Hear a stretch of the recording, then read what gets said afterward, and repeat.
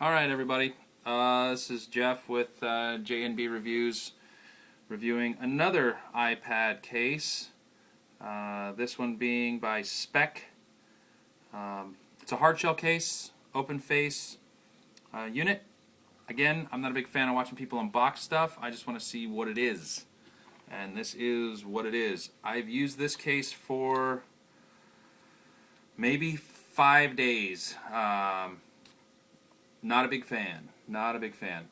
You can see from the back, it's 5 days of usage just on a desk. A lot of scratches all over the back already, just from daily use. Now, one thing that's good about that, it didn't scratch my iPad.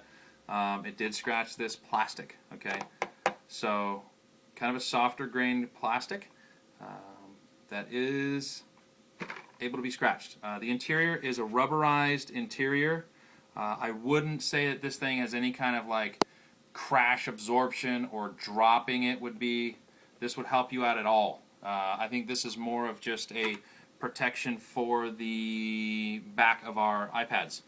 It does have the door for allowing the iPad to be in it, so you can set it into a dock, and it works just fine with the dock. It does, because it's so thick here, it does lift away from the dock a little bit. It didn't cause any problems with the keyboard not working on the keyboard dock or charging with the standard iPad just charge dock, charge sync dock. It does have decent access to the speakers. The volume keys are pretty nice. They've got it integrated in, so it's a full cover that pushes through.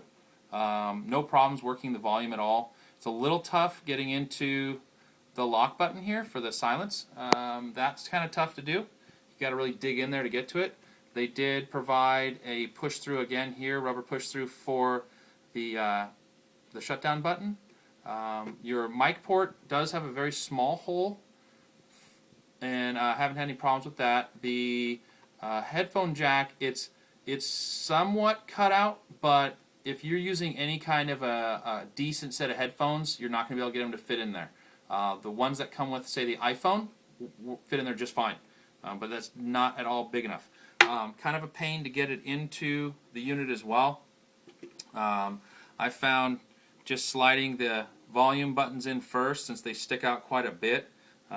Getting that section in first is probably what's most important, so you don't damage them, is kind of rock those guys in at an angle, slide it in, and then just go ahead and snap it the rest of the way in like that. It's pretty easy to do. And then press that piece in. There's the case there. One of the things I don't like about it is you can see the trim ring in certain areas around here where the rubber just doesn't fit quite right. You can't push it to make it feel better or look better.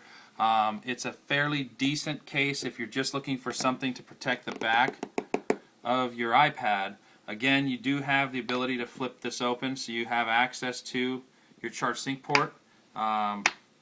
But again, I don't feel this is any kind of drop protection or anything like that. It is great for somebody like me that uses this thing all the time. You can just throw it on your desk, showing somebody a project or a sketch. I do a lot of sketching on it. You can spin it real fast, show it to them. You don't have to worry about scratching the backup of your iPad. Again, you will scratch the heck out of this plastic, which is great. I mean, that's exactly what it's designed for. So hopefully you can kind of see those scratches there. Again, not totally sold on this case. It is at least a decent hardshell option. I am waiting for the OtterBox Defender 2 Series case to come in, which I use on my 3GSs and iPhone 4s. Works great for those, unless you drop your iPhone 4 in a Defender Series case face down, which my wife did, and shattered the screen on it.